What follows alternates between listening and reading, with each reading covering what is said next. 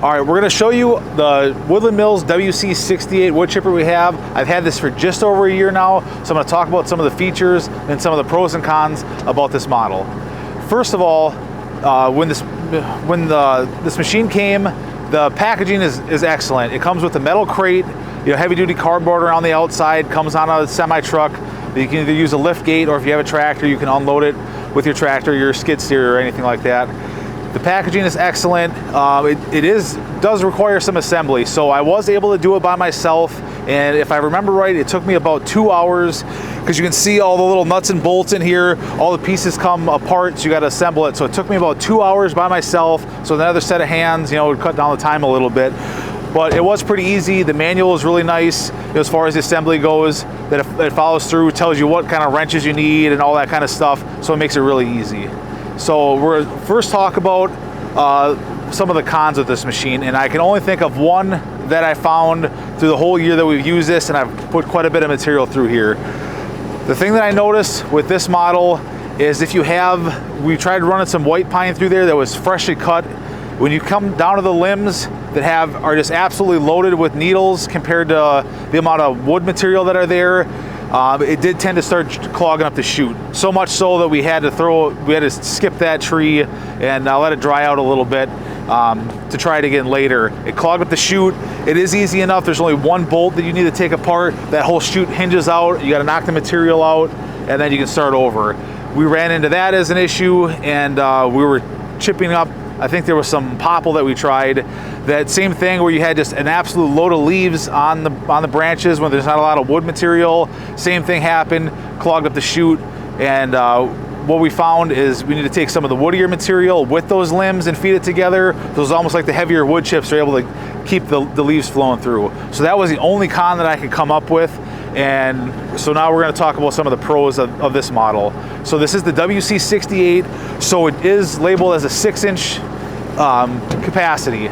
So I found for the money compared to the cost and the size of this machine, that was the best option for me.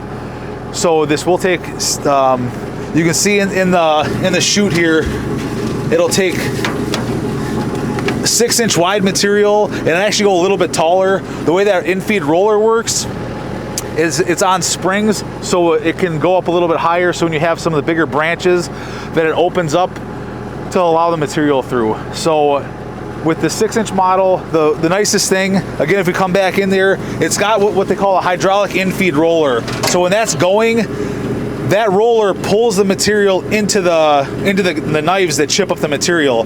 So then with the safety bar, you can bump it into neutral, and it is set up so if you were accidentally in here too far, you bump into that and it actually goes into reverse. That is handy too, not just for safety, but if you get a piece of material stuck in there, you hit that reverser bar to pull it out.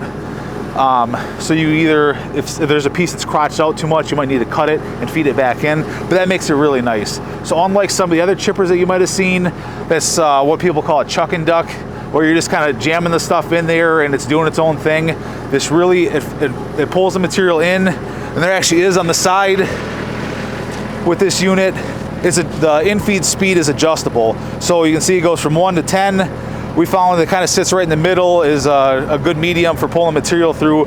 So it all depends on the type of material you have. Maybe a harder wood, you could slow it up a little bit, or with some of the stuff, maybe some bass wood or some lighter material, you can speed it up to make it go a little bit faster.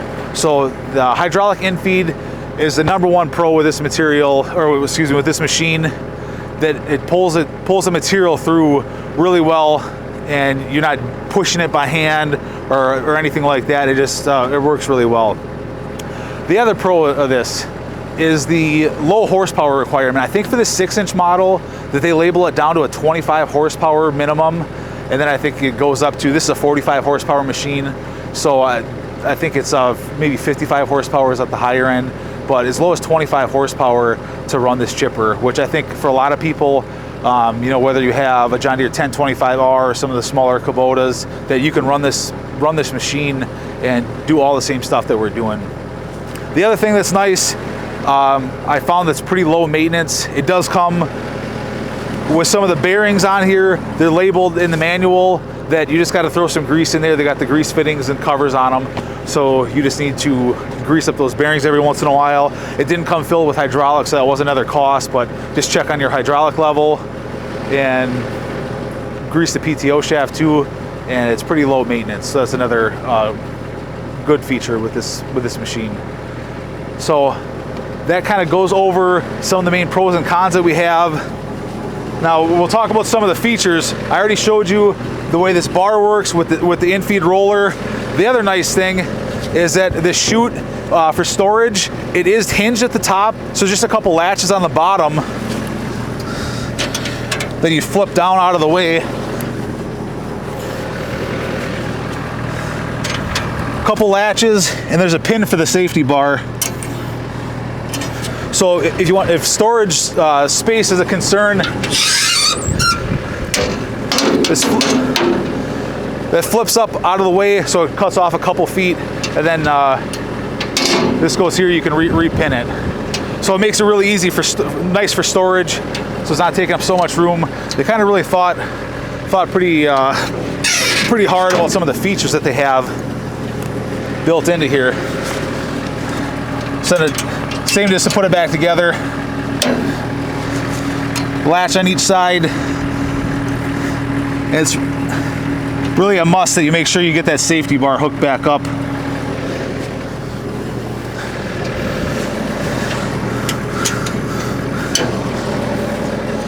So that flips up out of the way. The other nice thing, the chute rotates 360 degrees. So there's just a little pin that pulls down, and you're able to angle this any which way. And then when you get it in place, it's a spring-loaded lever, so you can put this anywhere you want.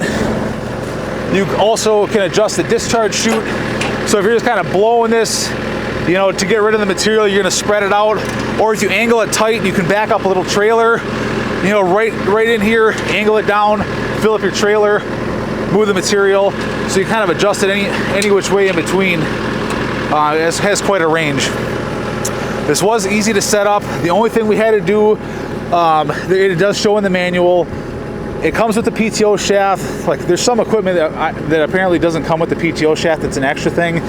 This machine did come with the PTO shaft. It gives you instructions on how to measure and cut the PTO shaft because it comes a little bit longer.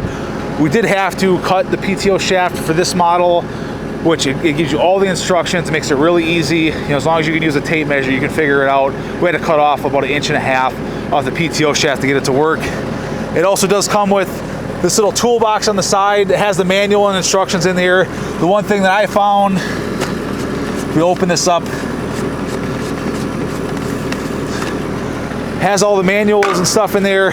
I did throw a wrench, whether you use a crescent wrench or get the actual size. When this does clog up, you just need to undo this bolt and flip this chute out. So I threw a wrench in there. I guess I'll show you how that works. So it's really simple. We're gonna shut the PTO off first.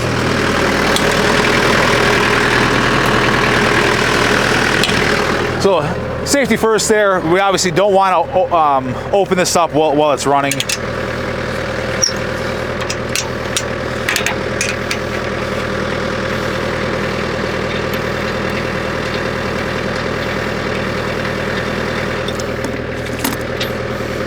So there's one bolt and washer, and this whole chute flips up. This is also how you maintain this machine as far as replacing or servicing the knives. It does come with a lockout pin that will hold this in place. So when you're servicing these knives, you flip this pin around and it indexes into this hole. That way it holds it in place as you're taking these knives off. So they are reversible. So our edge isn't too beat up yet, but you are able to loosen these up, flip these knives around, and get double the use out of one set of knives. Woodland Mills does also offer replacement blades and parts like that, so I did buy that as part of the kit when I first ordered. This extra set of blades, just in case I needed them. I have to order them later. So you can see as it sits here, if this did get clogged up, you're able to get in here, push the material out, and grab it from the other end, get that completely clear. pivot this down in place, and there's no way to screw that up. The way they really did a good job manufacturing this. This plate's welded on there, lines it up exactly where you want it. The nut on the bottom is welded in place, so you don't need a second wrench or anything like that. So let's get that in place.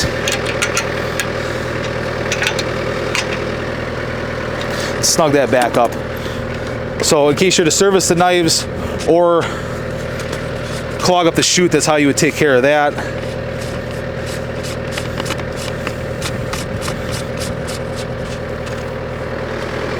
It is set up with it's a 540 PTO output. So we have this tractor set up. I don't know if all tractors are like this, but there's two ranges for the output on this tractor for the PTO. So we have it in the E mode, which I think is economy or something like that. So we're able to run at a lower RPM. So let me spin this up. We'll run a little bit more material through and just show you how well this works. I've been really happy with it. It was money well spent, in my opinion. To me, this isn't a replacement for a commercial machine.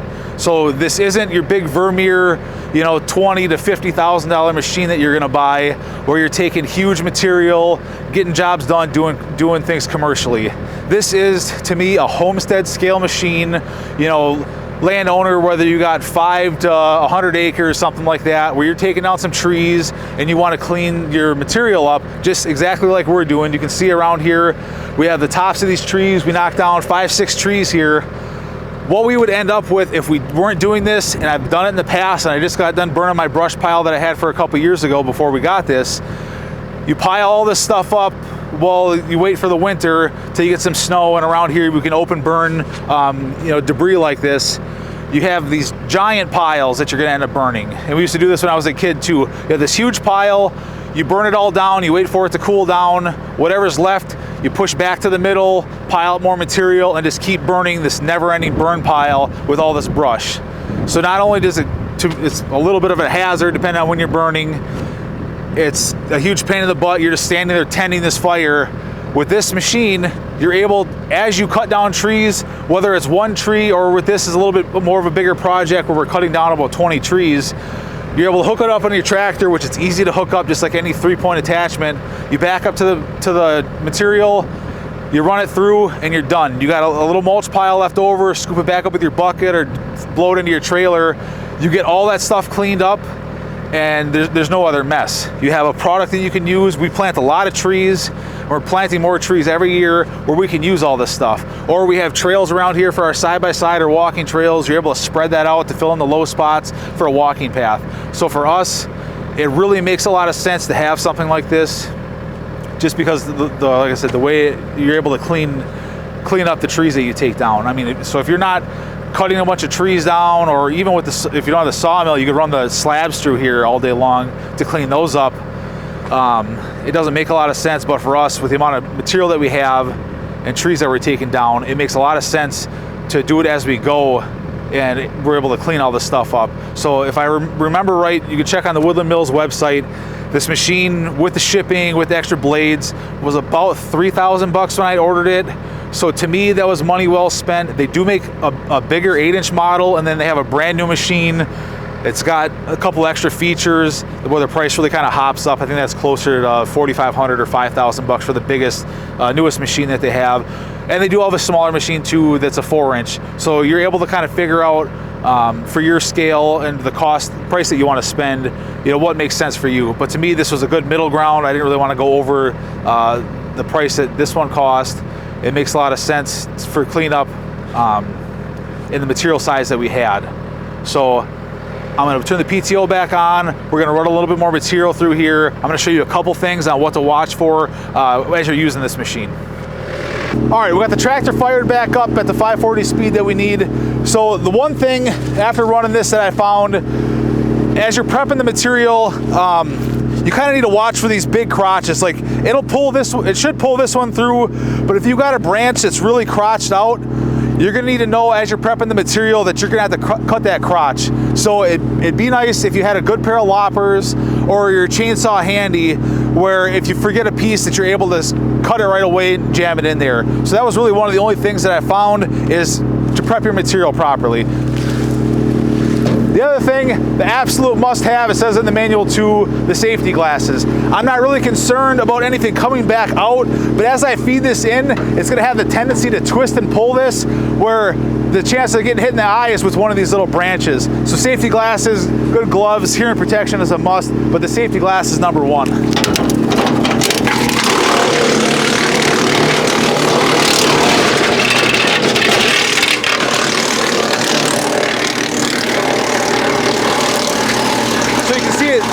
With that in-feed roller, it just pulls that stuff right through. Here's another piece I had ready. This is under the 6-inch capacity by quite a bit, but I have found, because of the way the springs are set up, and you can adjust them, if you can see on the side, it's got springs that are adjustable to feed the material. And so as you can see, is that when I put this through, you'll see how that rocks up.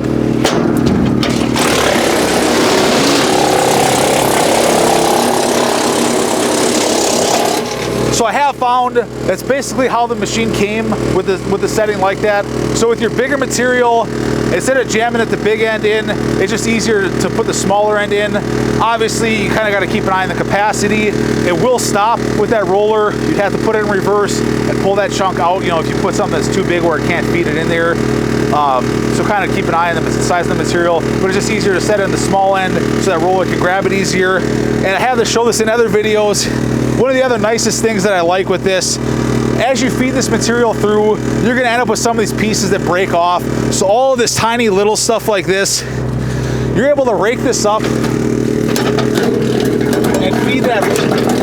It'll pull all those small pieces in there. So you can literally have absolutely nothing left for the branches on a tree that you drop, because it'll take all that stuff through. You might want to take a bigger piece, jam it in there a little bit, even if it's got the small sticks, leaves, all that stuff. As you're cleaning it up, you can push it right through. So that's another great feature with this machine. So it's been a year. I've been really happy. This has been a great purchase. Probably the most used item as far as attachments go on this tractor for the 3-point attachments is this wood chipper. So it's really been great. Woodland Mills, I've been happy with the quality of the products that I've had from them. So I would definitely recommend this product to anybody who's looking for a wood chipper. So guys, if you like this video, please like and subscribe. Also check out our website. We got some stuff that we make ourselves or put together. That's homesteadtwins.com. So keep an eye for more videos. Let's check you guys out later.